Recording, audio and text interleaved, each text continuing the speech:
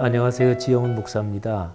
꿀보다 더 단 말씀이 있는 달콤한 큐티 시간입니다. 기독교 신앙은 부활 신앙이죠. 예수 그리스도께서 인류의 죄를 지고 십자가에 달려 돌아가셨다가 사흘 만에 부활하신 것. 그 예수님의 공로로 그리스도인이 옛사람이 죽고 새 사람으로 다시 사는 것. 이 부활의 위대한 사건은 하나님이 진행하신 사랑 프로젝트라고 얘기할 수 있습니다. 그리스도인은 부활의 근거에서 사랑으로 사는 사람들이고, 그리고 말씀을 묵상하는 것은 바로 그것을 가능하게 하는 힘입니다. 오늘 말씀 묵상 시작하겠습니다.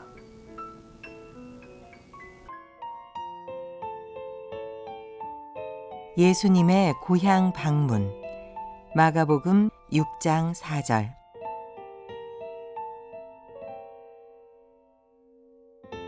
예수께서 그들에게 이르시되, 선지자가 자기 고향과 자기 친척과 자기 집 외에서는 존경을 받지 못함이 없느니라 하시며.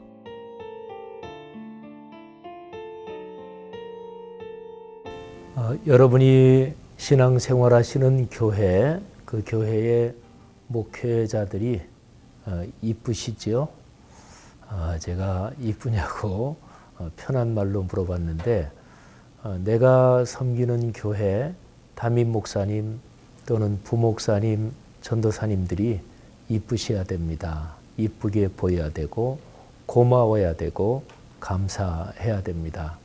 이거는 신앙생활의 기본적인 영적인 질서입니다. 또 상식적으로 생각해도 목회자들, 또 특별히 담임 목사님하고 심정적으로 이게 갈려 있다. 그러면 뭐 주일 예배 비롯해서 담임 목사직에 계신 분이 말씀을 주로 전하고 가르치고 교회 사역을 이끌어 가잖아요. 그러니까 담임 목사님하고 심정적으로 갈려 있다. 그러면 신앙생활에 은혜가 되지 않습니다. 신앙이 성장하지 않습니다. 명백하게 대놓고 담임 목사님하고 심정적으로 갈려 있는데, 그러면서도 멀쩡하게 신앙생활을 잘 한다. 근데 그거는 하는 것 같은 거죠. 그러면서 자기 마음속에 담임 목사는 담임 목사고 나는 나야. 그러면서 자기 나름으로 계속 자기 논리를 굳혀가는 거예요. 거기서 신앙이 풍성할 리 없죠. 이거는 이제 제가 말씀드린 거는 신앙생활하는 성도님 입장에서 그쪽 시각에서 이제 제가 말씀한 거고요. 이제 우리 목회자들 이쪽 방향에서부터 한번 얘기하면, 여러분 어떤 목회자가 자기가 자란 교회에서 담임 목사로 청빙을 받는다. 그러면 그분은 진짜 훌륭한 분입니다. 뭐 어렸을 때부터 초등학교, 중학교, 고등학교 때부터 그 교회에서 쭉 자라서 그 다음에 이제 목회자가 됐어요. 그런데 쭉 목회하는 여정에서 자기가 자란 고향교회, 보통 모교회라고 하죠. 그 모교회에서 이제는 어른이 되고 또 뭐 40대, 50대가 된 그 교회 출신 목사님을 우리 교회 담임 목사님으로 좀 와주십시오 하고 청빙을 한다. 그 청빙받은 목사님은 참 훌륭한 분입니다. 어느 교회에서 부교역자로 사역을 하고 그 다음에 이제 다른 데로 사역을 하러 갔는데, 부교역자로 전에 그 교회에서 사역하던 사람이 담임 목사로 청빙을 받는다. 이런 경우도 마찬가지입니다. 그분은 부교역자로 사역하면서 참 훌륭하게 사역을 하셨고, 그리고 인품과 인격이 검증이 되고 인정을 받으신 분입니다. 어느 교회에서 담임 목회자를 청빙할 때 실패하는 경우가 가끔 있어요. 뭐 규모가 굉장히 큰 교회인데 담임 목사를 청빙할 때면, 그러면 규모가 큰 만큼 굉장한 검증 과정을 거칠 거 아니겠어요? 또 굉장히 여러 가지 프로세스를 거치고, 그래서 진짜로 좋은 목사님을 모셨다. 그랬는데 뭐 목사님 편에서 그렇든 교회 편에서 그렇든 또는 그 교회의 목사님이 은퇴하시는 경우 그런 상황이라면 은퇴하셨으니까 이제 원로 목사님이나 이런 분이 계시겠고 그 관계 때문에 그랬든 하여튼 상관없이 새로운 목사님이 오셔서 교회가 큰 어려움에 빠지게 됐다. 이런 경우도 있거든요. 그런 경우에 많은 경우가 10길 물속은 알아도 한 길 사람 속은 모르기 때문에 그런 것입니다. 사람 속을 누가 알겠어요? 그리고 사람은 이런 경우에는 좋다가도 다른 관계, 다른 경우에서는 그 사람이 굉장히 독해지는 경우도 사실은 다반사입니다. 근데 어느 교회 부교육자로 그분이 뭐 3년을 또는 5년을 뭐 더 길게 계시는 경우도 있죠. 한 7년이나 10년이나.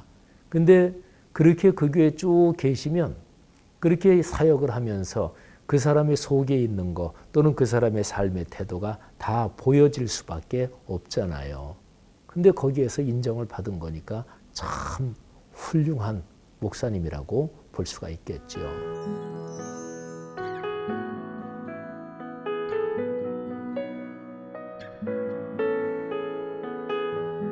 자, 그러면 이게 이상한 얘기가 있습니다. 마가복음 6장 1절 이하에 보면 예수님께서 고향을 방문하십니다.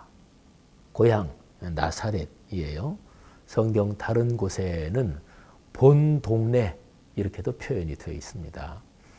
예수님이 이제 제자들과 함께 가셨겠죠. 본 동네 고향 그 나사렛에 가셔서 안식일에 말씀을 전하십니다. 근데 사람들이 놀랍니다. 아니, 이 사람이 가진 이런 놀라운 지혜, 그리고 이 사람이 가진 이런 권능, 이게 도대체 어떻게 된 일이냐? 그러면서 예수님의 그 마을에 있는 가족, 친족, 고향 사람들이 예수님을 받아들이지 않습니다. 자, 그러면 제가 아까 드린 말씀하고 이어서 한번 생각해 보면 예수님은 고향에서 어릴 때 자라실 적에 대단히 안 좋게 그렇게 생활하셨을까요? 당연히 아니겠죠. 그러니까 예수님이 고향을 방문하셨을 때 그 사람들은 인간적인 시각으로 예수님을 거부한 거예요. 예수님 고향 마을에 갔는데 그런데 거기에는 예수님의 동생 그리고 친족들이 있었습니다. 여기에서 마리아 예수님의 육신의 어머니가 언급이 되는데 그 사람들이 아니 저 예수 아니야? 저 마리아 아들이잖아. 이렇게 얘기합니다. 근데 예수님의 아버지 요셉의 이름은 언급되지 않아요. 성경학자들은 요셉이 비교적 일찍 세상을 떠났을 것이다. 이렇게 추측을 합니다. 예수님이 12살 때 예루살렘에 올라갔다가 오시는 사건이 성경에 기록이 되어 있는데 그때는 요셉이 있었어요. 그런데 아마 그 이후에 예수님이 10대 후반이든 아니면 20대든 언제쯤 아마 아버지가 일찍 세상을 떠나셨을 것입니다. 그리고 예수님이 목수일을 아버지 일을 받아서 목수일을 했을 거예요. 그래서 여기에서 아니 저 마리아의 아들 그 목수 아니야? 이렇게 얘기를 한 거죠. 그런데 예수님이 어느 날 하나님의 일을 한다 그러면서 가장으로서 아버지가 안 계신 가정의 가장 맞이로서 가정을 놔두고 그리고서 나간 거예요. 그러니까 말하자면 집을 나가서 하나님의 일에 전적으로 헌신하신 거죠. 가족들의 시선이 고울리 없고 또 마을 사람, 동네 사람들이 아우 저 무책임한 사람이네. 아마 이런 비난을 많이도 했을 것입니다. 여러분, 이런 상황 속에서 사람들이 예수님을 거부하는 거예요. 그래서 이제 오늘 묵상하는 본문에 저 유명한 표현이 나오는 거예요. 선지자가 자기의 고향과 친척과 그리고 자기 집 외에서는 존경을 받지 못함이 없느니라.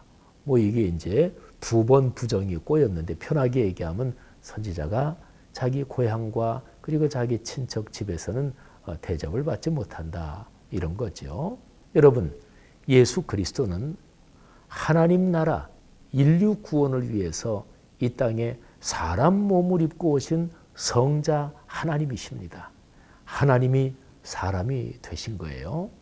뭐 이런 특별한 상황 때문에 사람들이 그거를 이해를 못하고 깨닫지 못했던 거지요. 여러분 어떻습니까? 여러분이 다른 사람을 보실 때 어떤 고정된 선입관을 갖고 보지는 않습니까?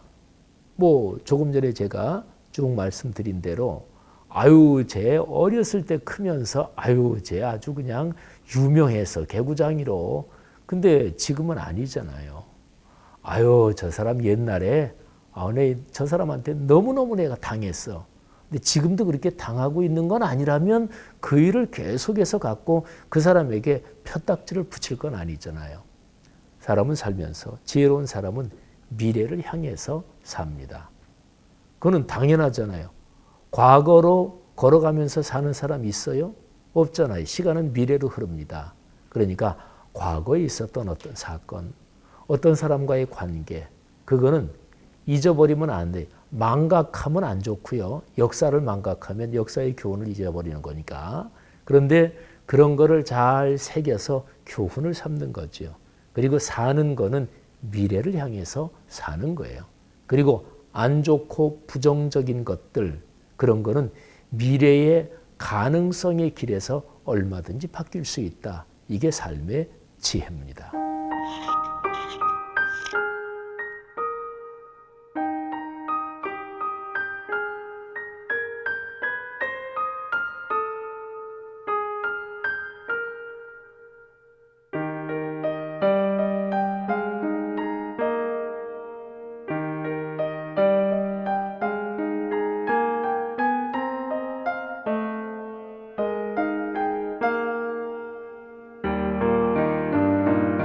여러분 오늘 이 묵상하는 본문을 가지고 우리 마음에 그런 깨달음을 얻으면 참 좋겠습니다. 어떤 사람을 만나든 또는 나와 안 좋은 악연으로 묶인 그런 사람을 만나더라도 그 사람의 미래의 가능성을 보고 사람을 대하는 그런 우리가 됐으면 좋겠습니다. 우리 그리스도인이 그렇게 살아야 우리 사회가 밝아질 거 아니겠어요? 오늘 묵상을 그렇게 한 문장으로 요약해 보면 어떨까 싶습니다. 주님, 미래를 향해서 가능성을 보고 살겠습니다. 기도하겠습니다. 하나님 아버지 감사합니다.